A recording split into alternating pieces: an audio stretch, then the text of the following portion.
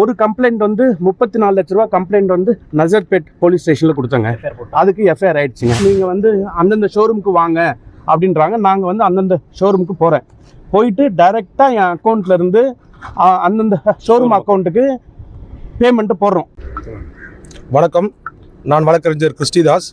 EVP Santhosh Reddy அவர்களுடைய வழக்கறிஞர் நான். இப்போ சமீபத்தில் நீங்கள் பார்த்துருப்பீங்க, பார்வதி என்ற ஒரு நபர் வந்து சந்தோஷ் ரெட்டி மேலே ஒரு பொய் புகார் அளித்து அது வந்து நாங்கள் வந்து நிராகரித்து நசரத்பேட் காவல் நிலையத்தில் வந்து நாங்கள் ஒரு கம்ப்ளைண்ட் கொடுத்துருந்தோம்.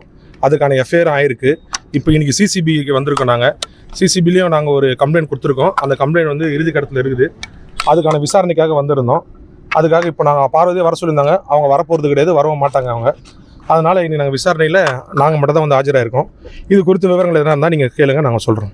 பிரச்சனை குறித்து இப்போ எங்கள் சந்தோஷ் ரெட்டி அவர்களே விளக்குவார்கள் உங்களுக்கு. சார், ஆக்சுவலாக பார்வதின்றவங்க எனக்கு ஒரு 4 இயர்ஸாக அவங்களுக்கு தெரியும். அவங்க வந்து டிசைனரு, ஜுவல்ஸு எல்லாமே வந்து நான் வந்து டீல் பண்ணி உங்களுக்கு சீப்பாக வாங்கி தரேன்னு சொல்லிவிட்டு அவங்களோட பிஸ்னஸ்ஸே அதுதாங்க. எல்லார்கிட்டையுமே வந்து ஜுவல்ஸு, சாரீ இதெல்லாம் வந்து நான் உங்களுக்கு சீப்பாக பண்ணி தரேன்னு சொல்லிவிட்டு அவங்க எல்லார்கிட்ட வந்து பேமெண்ட் வாங்குவாங்க. அதே மாதிரி தான் என்கிட்டையும் என்ன பண்ணுறாங்க, branded items, branded watch, shoes எல்லாம் வந்து உனக்கு சீப்பான இது ப்ரைஸில் வாங்கி தரேன்னு சொல்லிவிட்டு எங்ககிட்ட பேமெண்ட் வாங்குறாங்க. அதுக்கப்புறம் இவங்க என்ன பண்ணுறாங்க, நாங்கள் வந்து அந்த பேமெண்ட்டோ இல்லைனா வந்து அந்த மெட்டீரியல்ஸ் கேட்டால் அவங்க வந்து ரெஸ்பாண்டே பண்ணல. ஒன்று. ரெண்டாவதுங்க, அவங்க என்ன பண்ணுறாங்க, நான் இங்கே கம்ப்ளைண்ட் கொடுத்த உடனே ஃபஸ்ட்டு அவங்க என்ன பண்ணுறாங்க, கோர்ட்டுக்கு போய் ஹேண்ட்ஸ்பேட்டர் பெயில் அப்ளை பண்ணுறாங்க. ஹேண்ட்ஸ்பேட்டர் பெயில் இதாகுது, கேன்சல் ஆகுது. கேன்சல் ஆகுதுன்னு தெரிஞ்சவொடனே 2 நாளில் போய் பெங்களூரில் போய் பொய் புகார் ஒன்று அவங்க கொடுத்துருக்காங்க. அதுக்கப்புறம் இவங்க என்ன பண்ணுறாங்க, அந்த அந்த அவங்க கொடுத்த கம்ப்ளைண்ட்டில் 14/7/2005 தான் வந்து அவங்க வந்து இது சம்பவம் நடந்துக்குன்னு சொல்கிறாங்க அப்படின்னு சொல்கிறாங்க. ஆனால் அந்த 14/7 அப்புறம் தான் நாங்கள் வந்து பேமெண்ட்டே கொடுத்துருவோம். எல்லா பணமும் பார்த்தீங்கன்னா அவங்க சொல்கிற இன்ஸ்டன்ட்டுக்கு அப்புறம் தான் நாங்கள் பேமெண்ட்டை எல்லாமே அக்கௌண்ட்டில் தான் அனுப்புகிறோம். இதுதாங்க ஆக்சுவலி சீட்டிங் தான் சார். 100% சீட்டிங் தான் அவங்க. இது மட்டும் இல்லாமல் அவங்க மேலே ஏற்கனவே விஜயவாடாவில் பெண்டிங்கில் இருக்குது. அது ஒன்று பெண்டிங்கில் இருக்குது, மணி சூட். அதுக்கப்புறம் ஹைதராபாத்லேயும் பெங்களூர்லேயும் இவங்க இந்த மாதிரி தான் ஃபுல் சீட்டிங் தான் சார். அவங்க இன்டென்ஷனே சீட்டிங் தான்.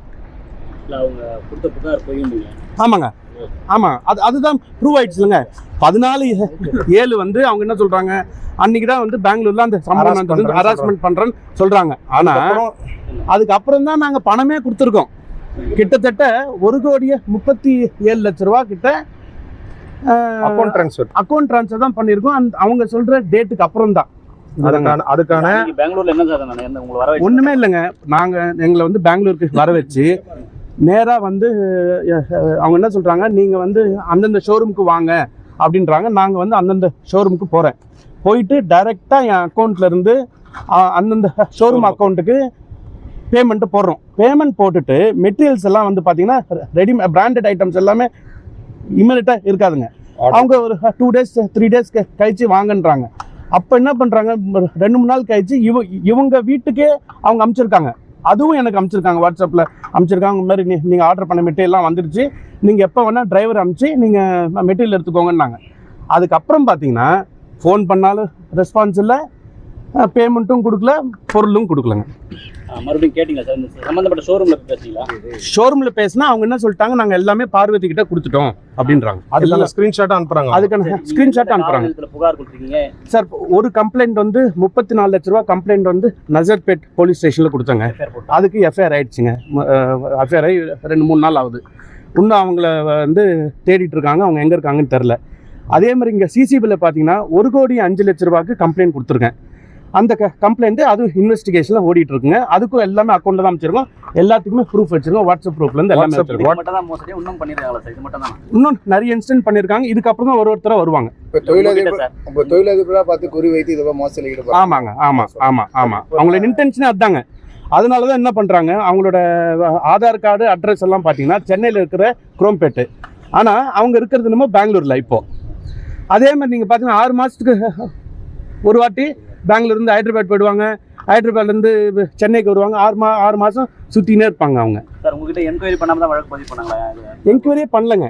எங்களுக்கு வந்து என்கொயரியே பண்ணாமல் ஒரு டேட் ஒன்று கொடுத்தாங்க, 17 வர சொல்லி அன்னைக்கு தான் எங்களுக்கு சம்மனே அன்னைக்கு தான் எங்களுக்கு சம்மனே வருதுங்க. அன்னைக்கு எங்களை வர சொல்லி அன்னைக்கு காலைல தான் எங்களுக்கு வந்து சம்மனே வருது. அப்புறம் நாங்கள் எங்கள் அட்வொகேட்லாம் போய் பேசினாங்க, சார் அதெல்லாம் ஒன்றும் இல்லைன்னு சொல்லிட்டு வெறும் ஹராஸ்மெண்ட்டுன்னு கொடுத்துட்டா நாங்கள் வந்து இதில் வந்து ரிட்டர்ன் ஆகிடுவோன்ற ஒரே இன்டென்ஷன் தாங்க அவங்களுக்கு. பார்வதி சொன்ன குற்றச்சாட்டுக்கு நீங்கள் என்ன சார் சொல்கிறீங்க? பார்வதி ஒன்றுமே சொல்ல முடியாதுங்களே, ப்ரூஃபே இல்லைங்களே. அந்த மாதிரி ஒரு இன்சிடென்ட் ஆயிருந்தா எதுக்குங்க அதுக்கப்புறம் நாங்கள் வந்து பேமெண்ட்டை போட போகிறோம்? இப்போ எங்களுக்கும் அவங்களுக்கும் ஏதாவது ஒரு பிரச்சனைனா அவங்க ஃபஸ்ட்டு பணம் வாங்க மாட்டாங்க, நாங்கள் எப்படி அவங்களுக்கு பணம் போடுவோம்? பணத்தெல்லாம் வாங்கிட்டு தானே இந்த ஹராஸ்மெண்ட்ன்றாங்க. மொத்தமாக எவ்வளோ அமௌண்ட் தான் சார்? மொத்தம் வந்து 1,38,00,000 ரூபாங்க அமௌண்ட். அக்கௌண்ட்ல போயிருக்கு, எல்லாமே அக்கௌண்ட்ல போயிருக்கு. வாட்ஸ்அப் ரெக்கார்ட்ஸ் எல்லாம் வச்சிருக்கேன், வாட்ஸ்அப் ப்ரூஃப் இருக்கு. நீங்க ஆள் அனுப்புங்க, நான் வந்து மெட்டீரியல்லாம் நான் தரேன்னாங்க. எதுவுமே கொடுக்கலங்க. 3 கோடிக்கு மேலே சொன்னாங்க சார். 3 கோடி வந்து மொத்த அமௌண்ட் 3 கோடிங்க. மொத்த அமௌண்ட் 3 கோடி. ஆனால் அதில் ட்ரான்ஸ்ஃபர் ஆனது பார்த்தீங்கன்னா 1,38 lakhs தான். இதெல்லாம் கையில் வாங்கிருக்காங்க. மீதில் எதுவுமே வாங்கலைங்க. அந்த மாதிரிலாம் எதுவுமே கொடுக்கல, எல்லாமே நான் அக்கௌண்ட்டை தாங்க கொடுத்தேன். சார் அதாவது சார் மொத்தம் ஃபஸ்ட்டு ஒரு 3 கோடி ரூபாய் நான் வந்து எங்கள் அக்கௌண்ட்லேருந்து அவங்க அக்கௌண்ட்டுக்கு அனுப்புகிறேங்க. யார் பார்வதின்ற பேர் அக்கௌண்ட்டுக்கு நான் அதான் ப்ரைம் என்டர்பிரைஸ்ன்னு சொல்லிட்டு அந்த அக்கௌண்ட்டை நான் அனுப்புகிறேங்க. அதுக்கப்புறம் அவங்க என்ன பண்ணுறாங்க, ஒரு 20 நாள் கழிச்சு நீங்கள் 3 கோடி ஒரே டைம் அனுப்பிச்சிட்டிங்க, எங்களுக்கு வந்து இன்கம் டேக்ஸ் ப்ராப்ளம் வரும், நாங்கள் வந்து அவ்வளோ பிஸ்னஸ்லாம் பண்ணல, நாங்கள் வந்து இந்த ஜிஎஸ்டிலாம் நாங்கள் போட வேண்டியது இருக்கும், அதனால அந்த அமௌண்ட் உங்களுக்கு ரிட்டர்ன் கொடுத்துட்றேன், நீங்கள் டைரெக்டாக நான் யாருக்கெல்லாம் சொல்கிறனோ எந்தெந்த ஷோரூம்லாம் சொல்கிறனோ அந்தந்த ஷோரூமுக்கு நீங்கள் டைரெக்டாக பேமெண்ட் போடுங்கன்றாங்க. நாங்கள் டைரெக்டாக பேமெண்ட் போடுறோம். பேமெண்ட்டு போட்டுட்டு எவ்வளோ போட்டோம்? 1,38,00,000 ரூபா போட்டோம். அந்த 1,38,00,000 ரூபா போட்ட அப்புறம் பில் எல்லாமே பார்த்தீங்கன்னா எங்கள் பேரில் வாங்காமல் என் பேரில் வாங்காமல் எல்லாமே பாதுன்ற பேரில் பில் வாங்கியிருக்காங்க. பொருளும் அவங்ககிட்ட தான் இருக்குது, பொருளும் கொடுக்கல, காசும் கொடுக்கலங்க.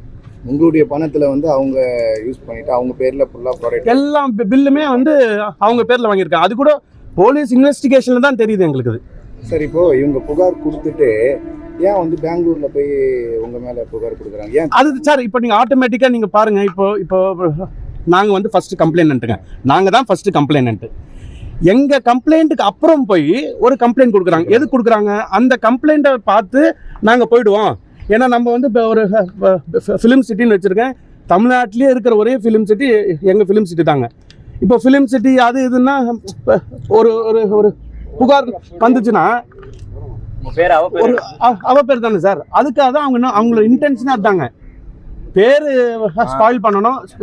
பேரை ஸ்பாயில் பண்ணால் ஆட்டோமேட்டிக்காக நாங்கள் வந்து கம்ப்ளைண்ட்லாம் ரிட்டர்ன் வாபஸ் வாங்கிடுவோம் அப்படின்றது தான் அவங்களோட இன்டென்ஷன்.